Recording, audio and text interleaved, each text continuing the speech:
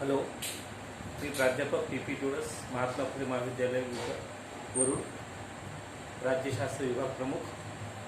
आज मी या ठिकाणी BA भाग 2च्या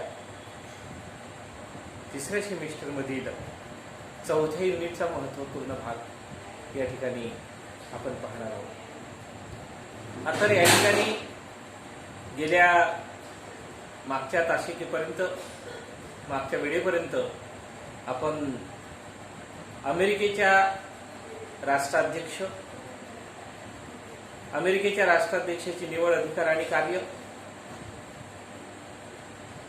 अमेरिकेच्या राष्ट्राध्यक्षाची निवड, अधिकार आणि कार्य, त्याचं मंत्रिमंडळ,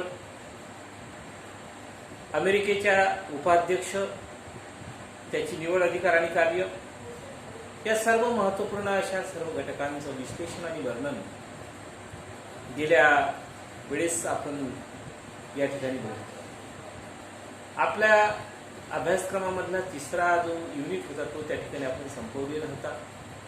आज आपण या ठिकाणी आपल्या अभ्यासक्रमातील अत्यंत महत्त्वपूर्ण अशा स्वरूपाचा युनिट म्हणजे चौथा युनिट आपण या ठिकाणी बघत आहोत। आणि अमेरिकेच्या राष्ट्राध्यक्षाची निवड वगैरे जे काय आहे आणि प्रत्यक्ष काय यावर्षी जी होणारी प्रोसेस आहे ती आपण नीटपणे पाहावी अशी तुम्हाला एक विनंती या ठिकाणी करण्यात आली होती। आज आपण या ठिकाणी अमेरिकेच्या काँग्रेसची म्हणजे अमेरिकन विधिमंडळाची रचना, अधिकार आणि कार्य या महत्त्वाच्या घटकाचं विश्लेषण आणि वर्णन या ठिकाणी आपण बघणार आहोत। तर अमेरिकेच्या विधिमंडळाची, अमेरिकन विधिमंडळाला काँग्रेस या नावाने ओळखलं जाते। काँग्रेस, आपल्या भारतामध्ये काँग्रेस हा राष्ट्रीय पक्ष आहे, परंतु अमेरिकेमध्ये विधिमंडळाचं नाव काँग्रेस आहे। आपल्या भारतामध्ये विधिमंडळाचं नाव संसद आहे। ब्रिटनमध्ये विधिमंडळाचं नाव संसद आहे आणि अमेरिकेत विधिमंडळाचं नाव हे सर्वसाधारणपणे काँग्रेस या नावानं ओळखलं जातं। म्हणजेच आता आपण काँग्रेस हा शब्द वारंवार उच्चारणार आहोत। काँग्रेस म्हणजे दुसरं तिसरं काही नसून आपल्या भारतात जरी तो राष्ट्रीय राजकीय पक्ष या नावाने त्यांना ओळखल्या जात असलं तरी अमेरिकन विधिमंडळाचं नाव हे काँग्रेस आहे, हे लक्षात घेणं अत्यंत महत्त्वपूर्ण असतं। आता या काँग्रेस, ज्याला विधिमंडळ म्हणतो, त्या विधिमंडळाची रचना, अधिकार आणि कार्य याचं विश्लेषण आणि वर्णन आपण या ठिकाणी बघणार आहोत। आता अमेरिकन विधिमंडळ काँग्रेस, या काँग्रेसची दोन सभागृह आहेत। जसं भारताच्या संसदेची दोन सभागृह आहेत, लोकसभा आणि राज्यसभा। इंग्लंडच्या विधिमंडळाची म्हणजे इंग्लंडच्या संसदेची दोन सभागृह आहेत, हाऊस ऑफ कॉमन आणि हाऊस ऑफ लॉर्ड। अमेरिकन विधिमंडळाचीच म्हणजे अमेरिकन काँग्रेसची दोन सभागृह आहे, सिनेट आणि प्रातिनिधिक सभागृह। अमेरिकन काँग्रेसच्या म्हणजेच अमेरिकन विधिमंडळाची दोन सभागृह आहे, त्या दोन सभागृहाची नाव आहे सिनेट आणि प्रातिनिधिक सभागृह। हे दोन सभागृह आहेत। प्रातिनिधिक सभागृह हे प्रत्यक्ष जनतेनं निवडून पाठवलेल्या जनतेचं सभागृह आहे, त्याला जनतेचं सभागृह म्हटलं जाते, लोकांचं सभागृह म्हटलं जाते, जनतेचं सभागृह म्हटलं जाते। सिनेट जे आहे, या सिनेट हे घटक राज्यांचं प्रतिनिधित्व करणारं सभागृह, घटक राज्याचं प्रतिनिधित्व करणारं सभागृह द्वितीय सभागृह म्हणून याला ओळखलं जाते। आणि द्वितीय सभागृह अमेरिकन सिनेट जे आहे, त्या सिनेटची रचना, अधिकार आणि आपण कार्य हे पहिल्यांदा बघणार आहोत आणि नंतर प्रातिनिधिक सभागृहाची बघणार आहोत। आता या ठिकाणी आपण प्रातिनिधिक सभागृहाच्या अगोदर सिनेटची रचना, अधिकार आणि कार्य का पाहतो याचंही महत्त्व लक्षात घेणं गरजेचं आहे। आपण थोडंसं भारत आणि इंग्लंडपेक्षा थोडंसं वेगळ्या पद्धतीनं बघत आहोत। त्या ठिकाणी आपण पहिले जनतेनं निवडून पाठवलेल्या प्रतिनिधींच्या सभागृहाची रचना, अधिकार आणि कार्य पहिल्यांदा बघितलं. परंतु या ठिकाणी अमेरिकेत मात्र आपण अमेरिकन काँग्रेसच्या द्वितीय सभागृहाची पहिल्यांदा रचना, अधिकार आणि कार्य पाहणार आहोत. सिनेटची रचना, अधिकार आणि कार्य या ठिकाणी आपण पाहणार. अमेरिकन सिनेट हे जगात सर्वात शक्तिशाली द्वितीय सदन आहे. काय म्हटलं मी, लक्षात घ्या. अमेरिकन सिनेट हे जगात सर्वात शक्तिशाली द्वितीय सदन आहे. जगातल्या कोणत्याही देशात द्वितीय सदनाला जेवढे अधिकार नाही तेवढे अधिकार अमेरिकन सिनेटला प्राप्त झालेले आहेत. आणि अमेरिकन सिनेटला हे जगात सर्वात शक्तिशाली द्वितीय सभागृह आहे आणि त्याला अधिकार प्राप्त झाले आहे. म्हणून या सभागृहाची रचना, अधिकार आणि कार्य आपण सुरुवातीला बघत आहोत.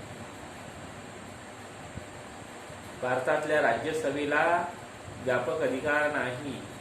अमेरिकेतल्या हाऊस ऑफ लॉर्ड सभागृहाला व्यापक स्वरूपाचे अधिकार नाही. व्यापक स्वरूपाचे अधिकार अमेरिकेमध्ये कॉमन सभागृहाला आहे. भारतात लोकसभेला आहेत. म्हणून भारतात आपण लोकसभेची रचना, अधिकार आणि कार्य मागच्या वर्षी पहिल्यांदा पाहिलं. इंग्लंडच्या संदर्भात माहिती पाहत असताना इंग्लंडमधील जे कॉमन सभागृह आहे त्या कॉमन सभागृह सर्वश्रेष्ठ आहे म्हणून कॉमन सभागृहाची रचना, अधिकार आणि कार्य पाहिलं. या सर्व जगातल्या तिन्ही देशांच्या कार्यपद्धतीमध्ये, विधिमंडळामध्ये कशा कशा प्रकारचं का आपण त्याला तिथं बघितलं, का इथं आपण हे बघतो, या सर्व गोष्टीची आपण व्यवस्थित आणि माहिती तुमच्यापर्यंत पोहोचवली आणि सांगितली. आणि आता आपण अमेरिकन सिनेटची रचना, अधिकार आणि कार्य या अत्यंत महत्वपूर्ण अशा प्रकारच्या घटकांचं विश्लेषण पाहणार आहोत. American Senate. आता सिनेटची रचना हा अत्यंत महत्वपूर्ण अशा स्वरूपाचा घटक. या घटकाचं विश्लेषण आणि वर्णन पाहायला आपण या ठिकाणी सुरुवात करणार आहोत. आणि अमेरिकन सिनेटची रचना पाहत असताना जसं तुम्हाला सांगितलं का सिनेट हे अमेरिकन काँग्रेसमधील द्वितीय सदन आहेत. त्याला वरिष्ठ सभागृह म्हटलं जाते आणि वरिष्ठ सभागृह या नात्यानं त्या सर्व महत्वपूर्ण बाबी, सर्व प्रक्रिया या ठिकाणी केल्या जातात आणि त्या सर्व सिनेट हे जगात सर्वात शक्तिशाली द्वितीय सदन आहे असं सुद्धा आपण. आता सिनेटची रचना पाहत असताना सर्वात महत्वाचा आणि पहिला पॉइंट त्या ठिकाणी आपण सिनेटची सदस्य संख्या. पहिला पॉइंट नोट करा. सिनेटची सदस्य संख्या. अमेरिकन सिनेटची सदस्य संख्या ही किती आहे? अमेरिकन सिनेटची सदस्य संख्या ही 100 आहे. 100. हा लक्षात घ्या. अमेरिकन सिनेटची सदस्य संख्या ही 100 आहे, 100 आहे. सुरुवातीला अमेरिकेमध्ये 13 घटक राज्य होती. आज अमेरिकन सिनेटमध्ये 50 घटक राज्य आहेत आणि 50 घटक राज्य आहे. 50 घटक राज्य असल्यामुळे अमेरिकन सिनेटची सदस्य संख्या ही सर्वसाधारणपणे 100 आहे.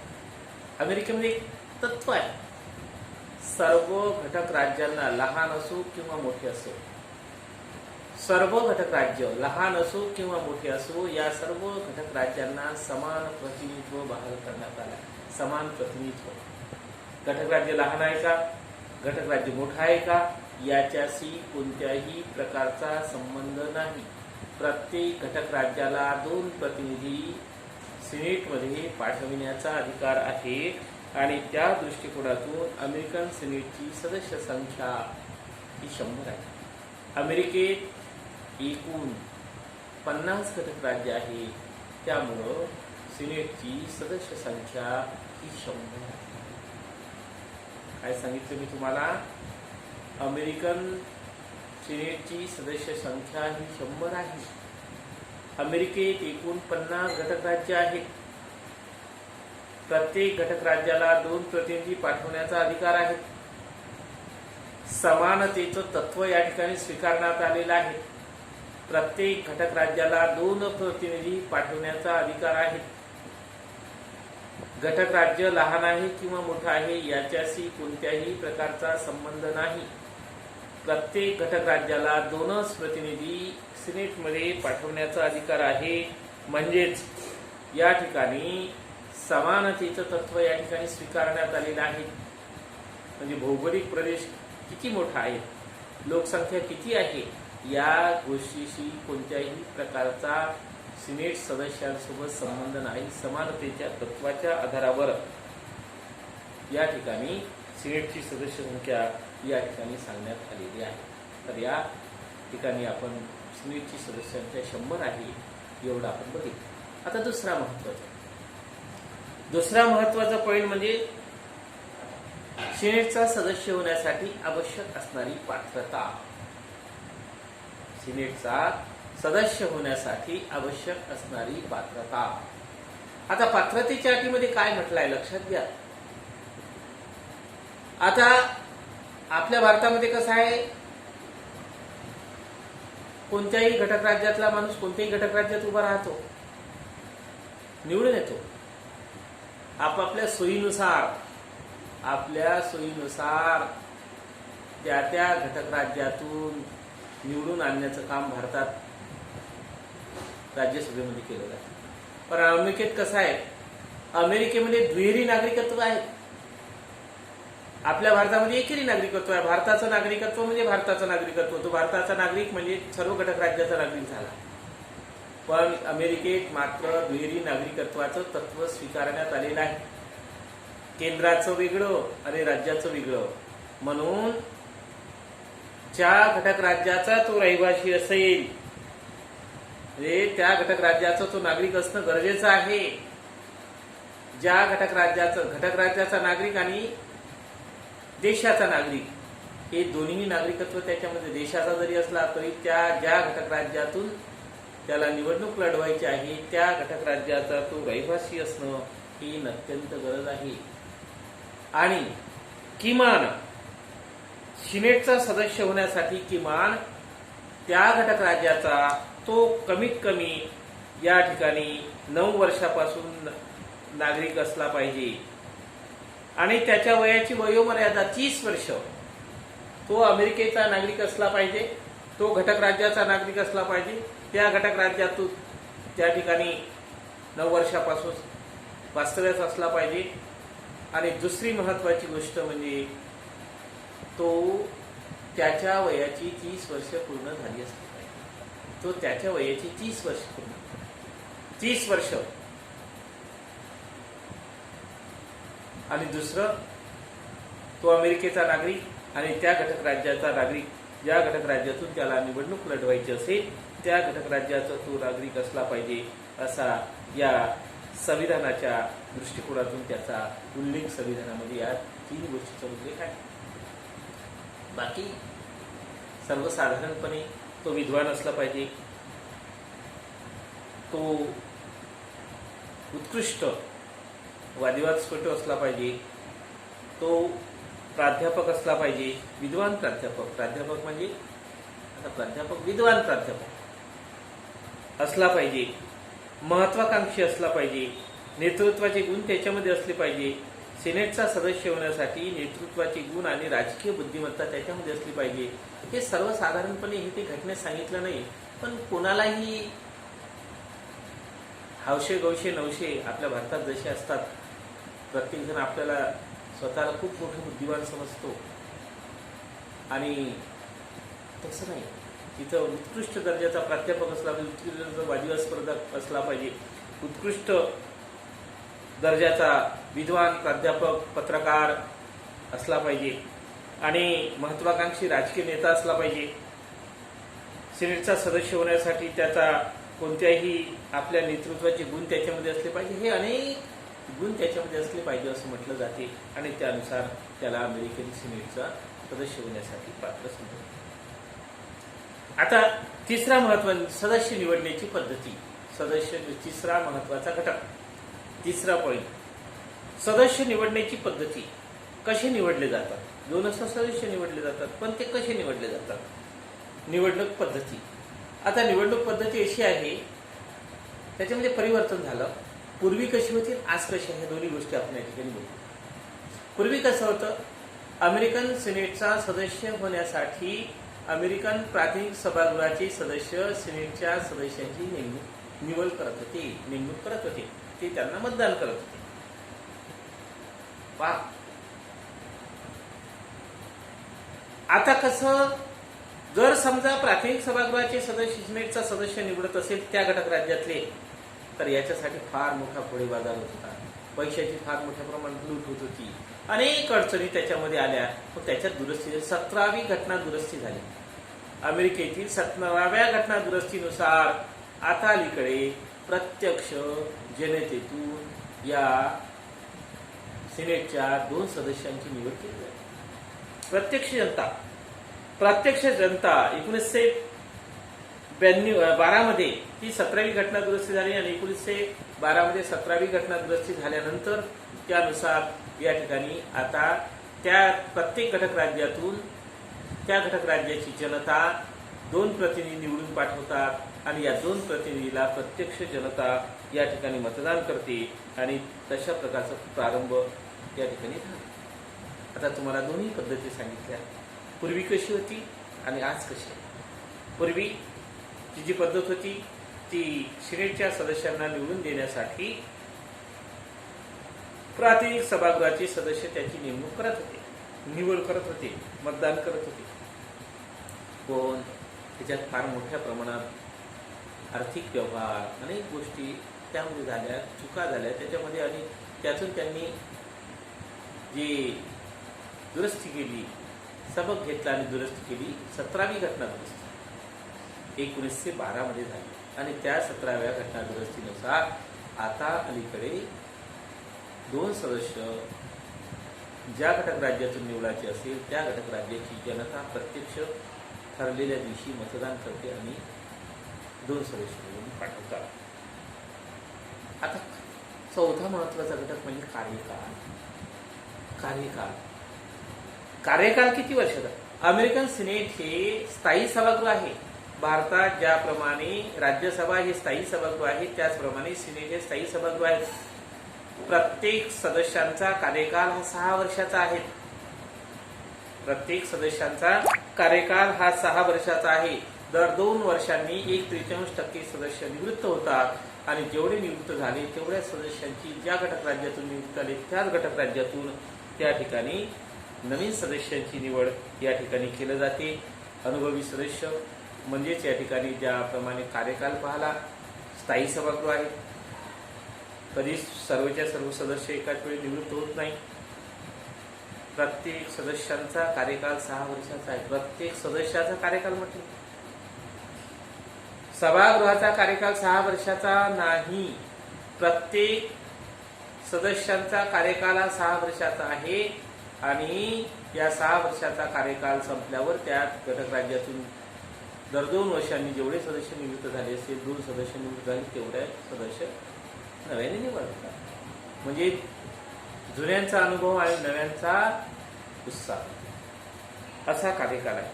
अमेरिकेत सभागृहाचा अध्यक्ष, शेवटचा पहिल्या मधला सभागृहाचा अध्यक्ष, अमेरिकेचा उपाध्यक्ष हा अमेरिकेच्या सिनेट सभागृहाचा पदसिद्ध अध्यक्ष असतो.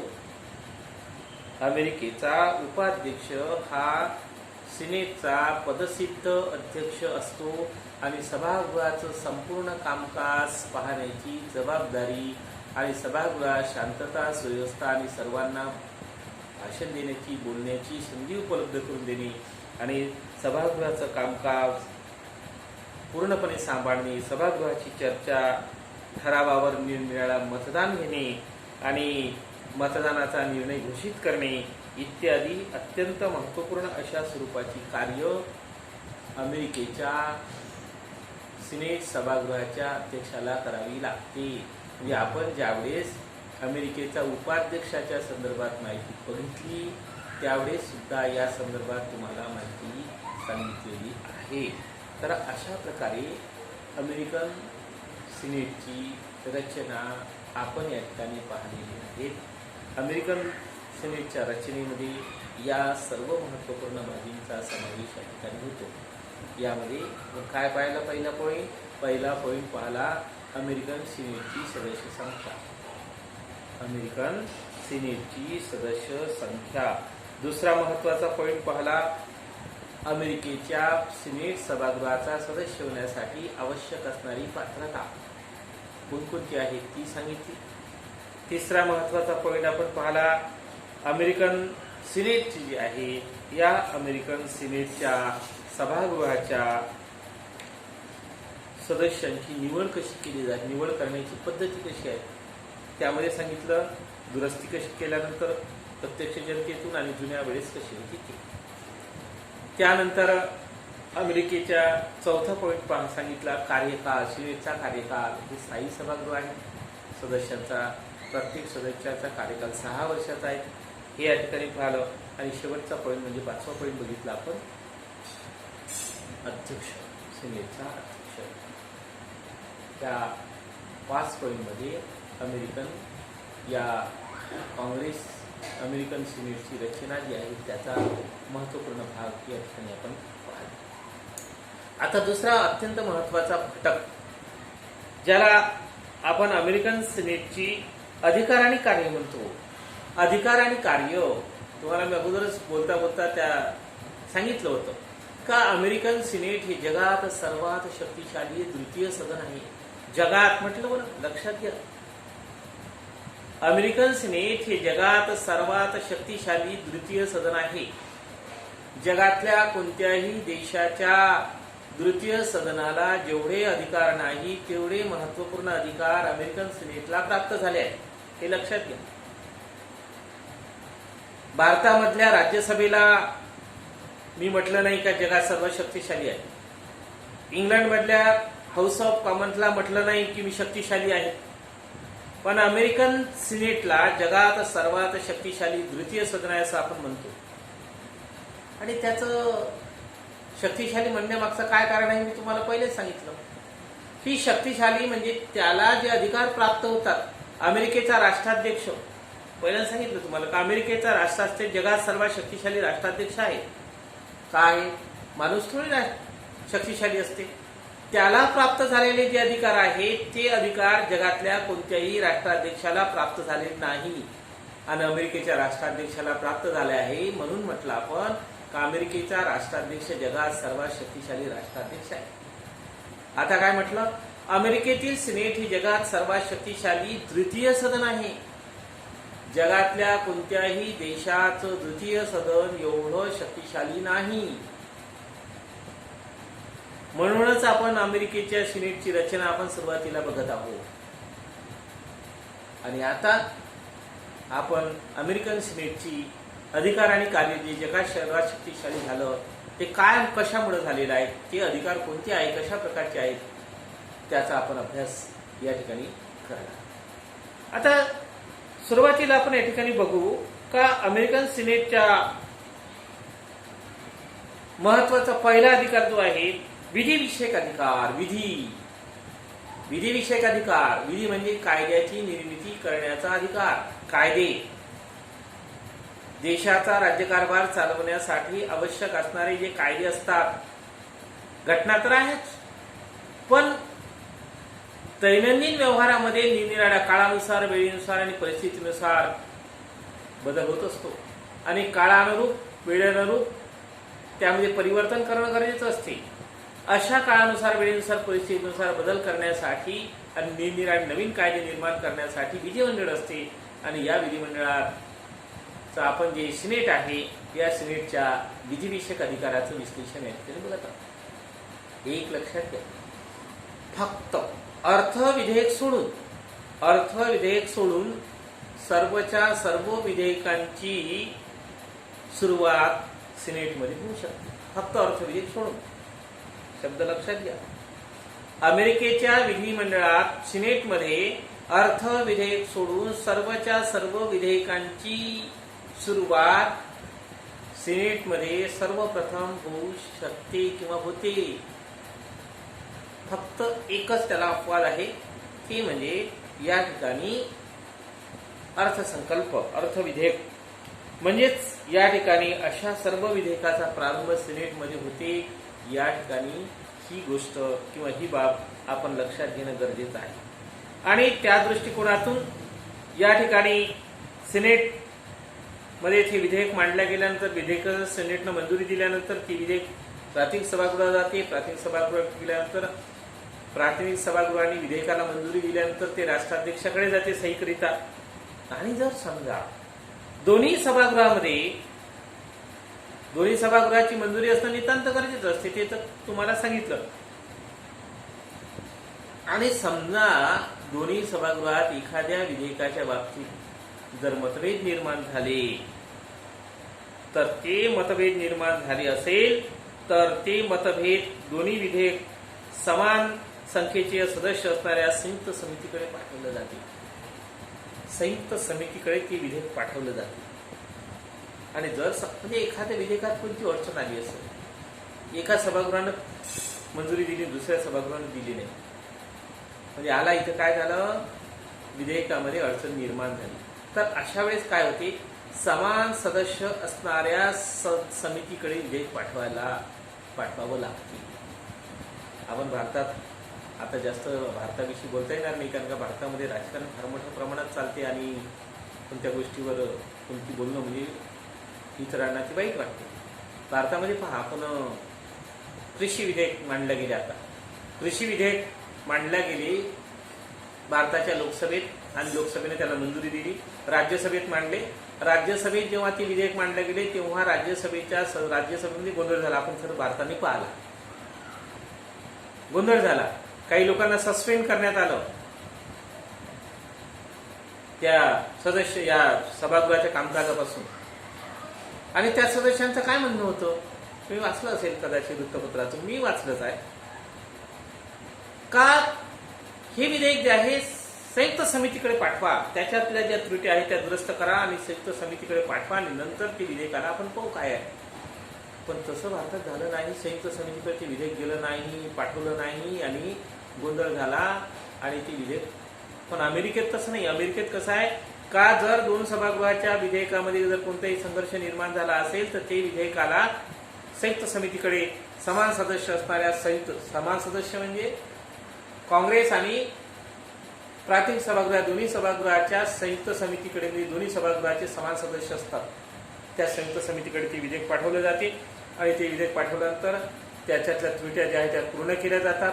पुन्हा ते विधेयक दोन्ही सभागृहाच्या संयुक्त विधेयक समोर येते, दोन्ही सभागृहाची मंजुरी प्राप्त होते आणि ते प्राप्त झाल्यानंतर ते दोन्ही सभागृहाची मंजुरी प्राप्त होते आणि नंतर ती विधेयक राष्ट्रपती या संमतीकरिता जाते असं म्हटलं. त्यानंतर दुसरा महत्वाचा अधिकार आहे अर्थविषयक अधिकार. अर्थविषयक अधिकार आता एक पहा, तुम्हाला मी सांगितलं का अर्थसंकल्प सोडून सर्व विधेयकाचा प्रारंभ सिनेटमध्ये होते. विधेयकाचा प्रारंभ सिनेटमध्ये होत नाही, तो प्राथमिक सभागृहातच होते. पण या प्राथमिक सभागृहामध्ये पण सिनेटमध्ये तरी सिनेटला अर्थसंकल्पाच्या बाबतीत अधिकार नाही असं समजू नका तुम्ही. असं नाही समजायचं का अधिकार याला कमी आहे. फक्त तिथं काय म्हटलं का अर्थसंकल्पात दुरुस्ती करण्याचा अधिकार सिनेटला आहे. दुरुस्ती या शब्दाचा अर्थ, आणि दुरुस्ती या शब्दाचा अर्थ सांगितल्याबरोबर काय झालं, अमेरिकेतील सिनेट हे अर्थसंकल्पाचा शीर्षक सोडून अर्थसंकल्पाच्या पूर्ण अर्थसंकल्प बदलवून टाकते. पहा, इथे एकीकडे म्हटलं फक्त मांडण्याचा अधिकार नाही, पण शीर्षक सोडून सर्वचा सर्व अर्थसंकल्प दुरुस्तीच्या नावाखाली पूर्ण अर्थसंकल्प दुरुस्त करते, बदल करते आणि पुन्हा ते सिनेट हे प्राथमिक सभागृह पाठवते आणि प्राथमिक सभागृहाची मंजुरी प्राप्त झाली का मग ते राष्ट्राध्यक्षाच्या संमतीत. म्हणजे आर्थिक क्षेत्रातही जरी आपल्याला बरोबर वाटत असलं का त्या ठिकाणी त्या सिनेटला अधिकार नाही, फक्त अर्थसंकल्प मांडण्याचा अधिकार नाही, परंतु त्या दुरुस्ती करण्याच्या नावाखाली हे सर्व विधेयक बदलून टाकते. म्हणून आर्थिक क्षेत्रात महत्वपूर्ण स्वरूपाचे अधिकार या ठिकाणी आहेत. आणि एक विशेष लक्षात घ्या का आपण या ठिकाणी विधिविषय आपण शासनविषयक अधिकार या ठिकाणी म्हटलं नाही. लक्षात घ्या, अमेरिकेत शासनविषयक अधिकाराचा संबंध नाही. कारण का मंत्रिमंडळावर नियंत्रण ठेवण्याचा अधिकार या सभागृहाला नाही, म्हणून शासनविषयक क्षेत्रातले अधिकार नाही. तिसरा महत्वाचा अधिकार म्हणजे न्यायविषयक अधिकार. न्यायविषयक क्षेत्रातही सुद्धा अमेरिकेच्या या सिनेट या सभागृहाला महत्वपूर्ण अधिकार आहे. न्यायविषयक क्षेत्रात म्हणजे न्यायविषयक क्षेत्रात अमेरिकेच्या राष्ट्राध्यक्षावर जर अविश्वासाचा ठराव आणला असेल तर अविश्वासाचा ठराव सिनेटमध्ये मांडला जाऊ शकते आणि प्रातिनिधिक सभागृहात तो मांडल्यानंतर सिनेटमध्ये येते आणि सिनेटमध्ये त्या ठिकाणी 2/3 बहुमतानं जोपर्यंत सिनेटची मंजुरी प्राप्त होत नाही तोपर्यंत त्या ठिकाणी त्या विधेयकाला त्या ठिकाणी ते तशा प्रकारचं केलं जाते. आणि शेवटचा अधिकार आहे सिनेटमध्ये घटना दुरुस्ती व निर्वाचन विषयक अधिकार. सिनेटचे घटना दुरुस्ती विधेयक अमेरिकेच्या सिनेटमध्ये मांडल्या जाऊ शकते आणि प्रातिनिधिक सभागृहात घटना दुरुस्ती विधेयक मांडल्यानंतर घटना दुरुस्ती विधेयकाला सिनेटनं मंजुरी दिली आणि प्रातिनिधिक सभागृहानं मंजुरी दिली तर मग त्या ठिकाणी त्या घटनेत दुरुस्ती होते. आणि तिसरं महत्व या ठिकाणी प्रातिनिधिक सभागृहात अध्यक्षपदासाठी जे कोणत्याही अध्यक्षपदासाठी निवडणूक उमेदवार निर्वाचित बहुमत प्राप्त झालं नसेल तर त्या ठिकाणी अध्यक्ष कोण होईल त्याचाही सुद्धा निर्णय त्या ठिकाणी मतदान घेतलं जाते आणि तशा प्रकारचं कार्य चालते. अशा या अत्यंत महत्त्वपूर्ण अशा प्रकारच्या अमेरिकेतील सिनेटची रचना, अधिकार आणि कार्य या अत्यंत महत्त्वपूर्ण अशा स्वरूपाच्या घटकाचं विश्लेषण आणि वर्णन आपण या ठिकाणी बघितलं. आज आपण या ठिकाणी सिनेटची रचना, अधिकार आणि कार्य या अत्यंत महत्त्वाच्या घटकाचं विश्लेषण आणि वर्णन पाहिलं आणि या ठिकाणी आपला हा पार्ट या ठिकाणी संपलेला आहे. जय हिंद, जय महाराष्ट्र, धन्यवाद. आणि या ठिकाणी आपलं हा पार्ट या ठिकाणी आपण संपवत आहे. जय हिंद.